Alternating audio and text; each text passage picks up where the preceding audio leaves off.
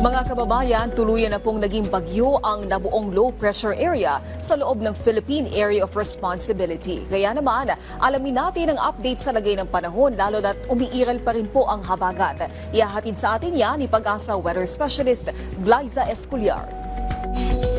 Magandang hapon sa iyo, Naomi, at para sa lagay ng ating panahon. As of 11 a.m. bulletin, bagyo na nga po ang binabantayan nating low pressure area sa silangan ng Catanduanes. Ito po ay huling namataan natin 725 kilometer silangan ng Verac Catanduanes at ito po ay nagtataglay ng local name na Crising. Taglay po nito ang lakas na hangin na 45 km per hour malapit sa gitna at bugso ng hangin na umaabot naman hanggang 55 km per hour. Inaasahang kikilos po ito pakanluran sa bilis na 35 km per hour. At bukas ng umaga ito ay inaasahan naman na nasa 695 km silangan na po ng Baler, Aurora at isa na rin pong ganap na tropical storm by that time.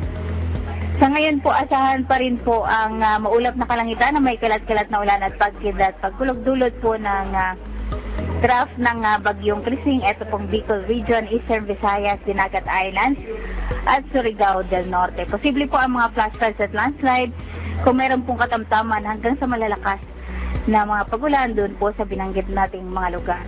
Samantala sa Metro Manila, may Maropa, Cavite, Laguna, Batangas, Zambales, Bataan, nalalabing bahagi ng Visayas, at nalalabing bahagi ng Mindanao ay asahan din po ang maulap ding kalangitan, may kalat-kalat ding mga ulan at pagkidlat pagkulog dulot naman ng habagat. Posible rin ang mga flash floods at landslides. Sa nalalabing bahagi ng Luzon, bahagyang maulap ang kalangitan at posible ang mga biglaang mga pagulan o pagkidlat pagkulog sa hapon o gabi.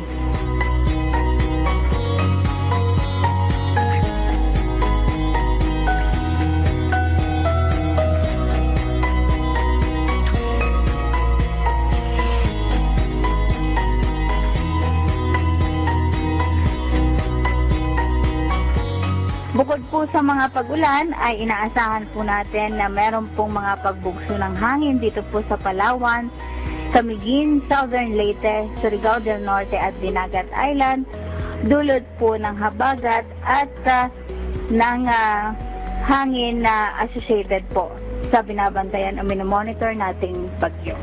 At ito naman po ang status ng ating mga dam.